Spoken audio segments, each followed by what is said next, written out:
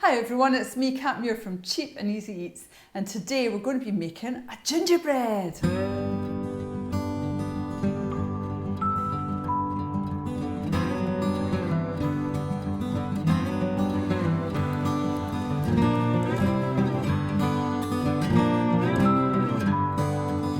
make a gingerbread cake, it's actually very simple and easy and a really tasty treat. We're going to use 135 grams of self-raising flour. Now, if you don't have self-raising flour, you can use plain flour or all-purpose flour, and we're just going to add a little bit extra baking powder. So we're going to use baking powder. We've got 75 grams of treacle, 75 grams of syrup, half a teaspoon of salt. We're going to use ground nutmeg, ground cinnamon and ground ginger. 65 grams of butter, 1 egg, 120 mils of milk, and we're going to use 100 grams of sugar. Now, if you find it's too sweet for you with white sugar, you can split it with half brown sugar and half white sugar, and I do that sometimes, but for today we're just going to have it a little bit sweeter. So it's really simple. What we're going to do is combine the dry ingredients in one place, and we're going to melt the wet ingredients and then add the egg and the milk at the end, and that's pretty much it. So I'm going to get started now, and what I'm going to do is, in a sieve, in a bowl, I'm going to put my flour,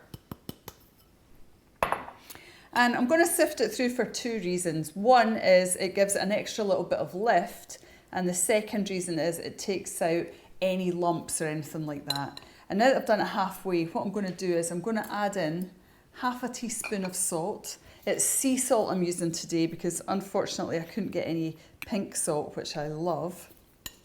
But sea salt's nice, it's quite strong, so just be careful that you don't add too much to your mixture.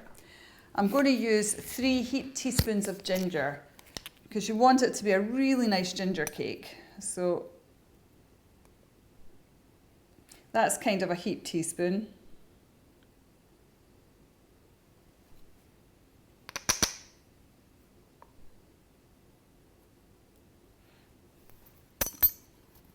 Sometimes it gets a little bit clumped together.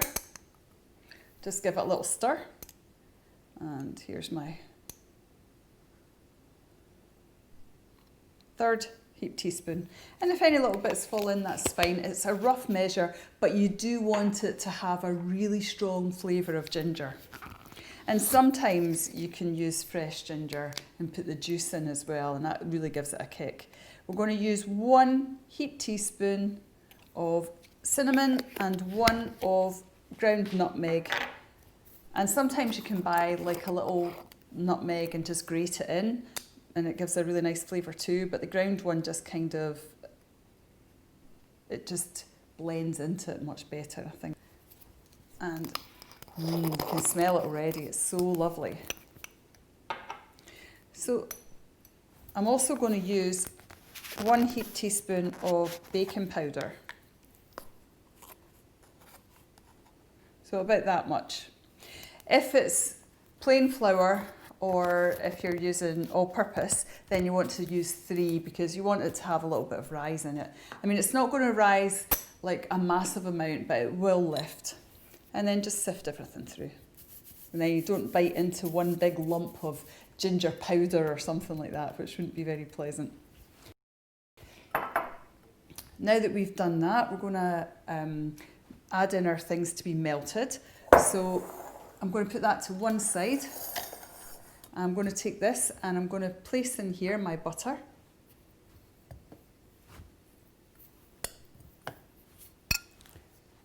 And I'm going to put in 75 grams of treacle, which is about 2 big heaped teaspoons of treacle. So if you don't have scales or anything, it's like, you know, you need a couple of these.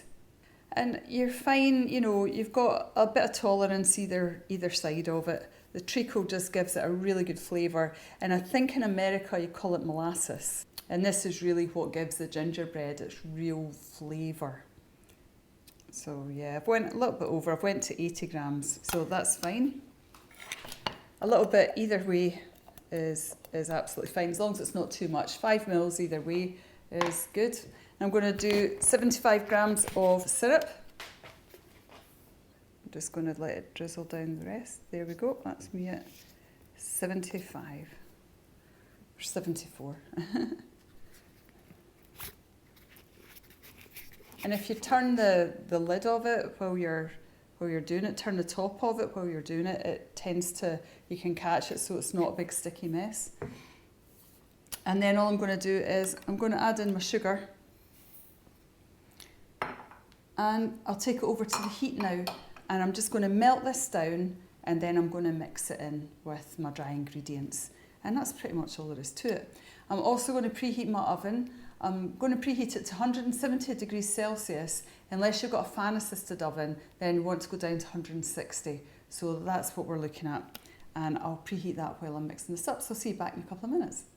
So I've put it up at a high heat to start off with. Once the pot heats up a little bit, I'm going to turn it down to a low heat.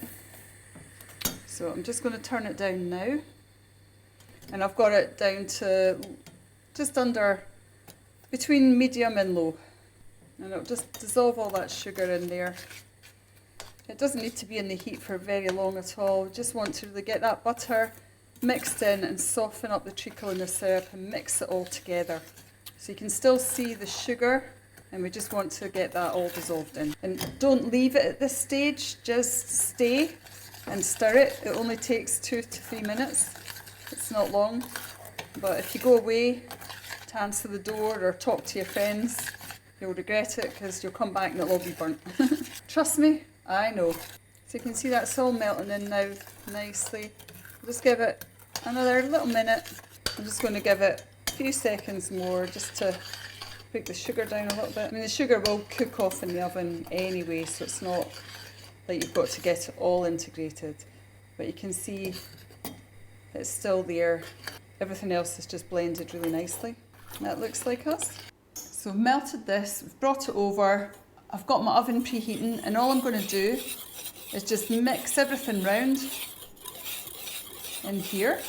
Then all I'm going to do is I'm going to add my milk. I'm going to crack my egg in.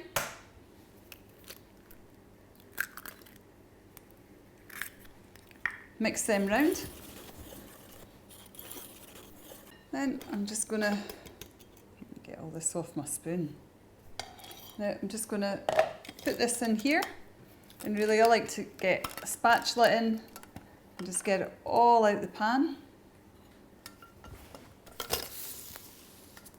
I'm just going to mix this together now. You can do it in a stand-up mixer, but you can see it's fairly simple just to do it in a bowl, and it's something that kids enjoy doing.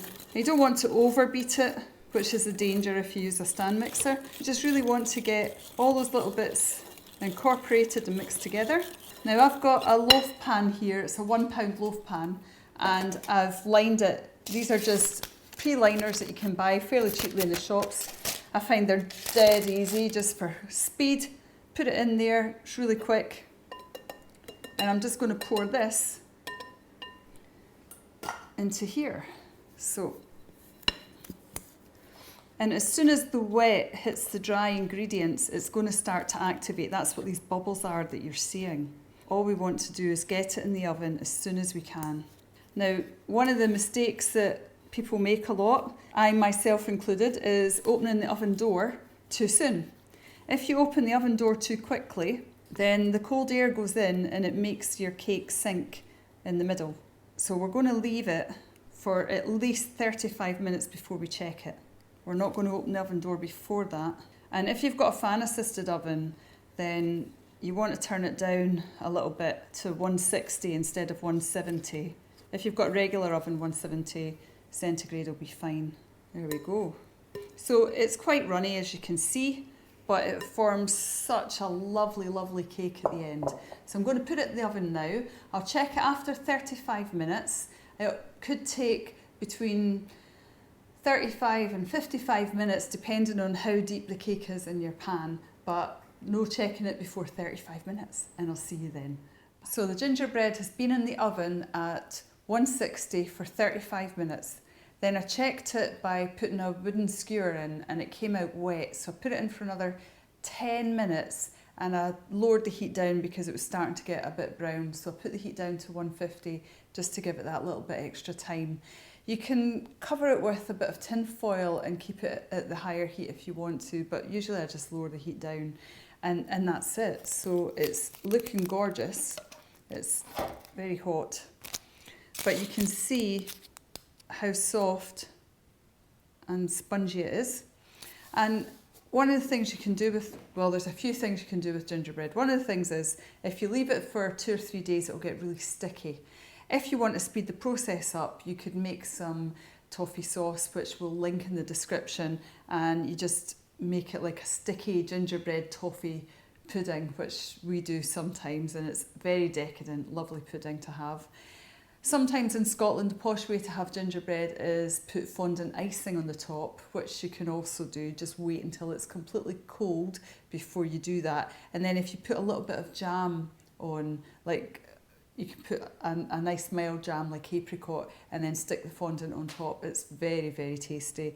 Or you can just have it plain the way it is and it's absolutely delicious. So I'm going to cut a little bit off.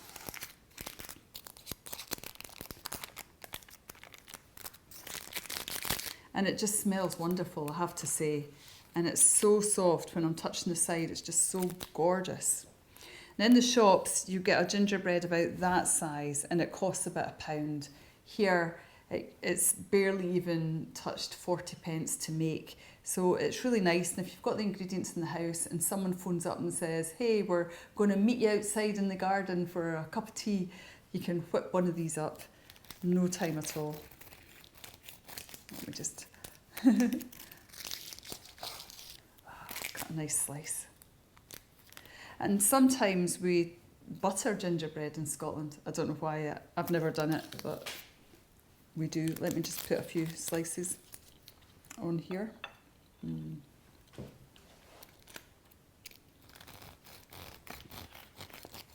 I'm being careful because it's hot and it's still quite soft.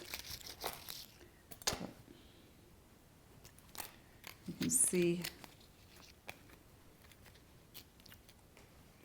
absolutely gorgeous. Just look at how soft and spongy that is. I'm going to have a little taste of it. It just smells absolutely gorgeous.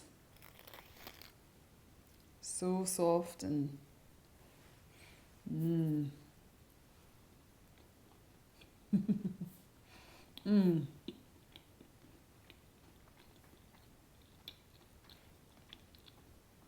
That is perfect. It's such a perfect blend of flavours.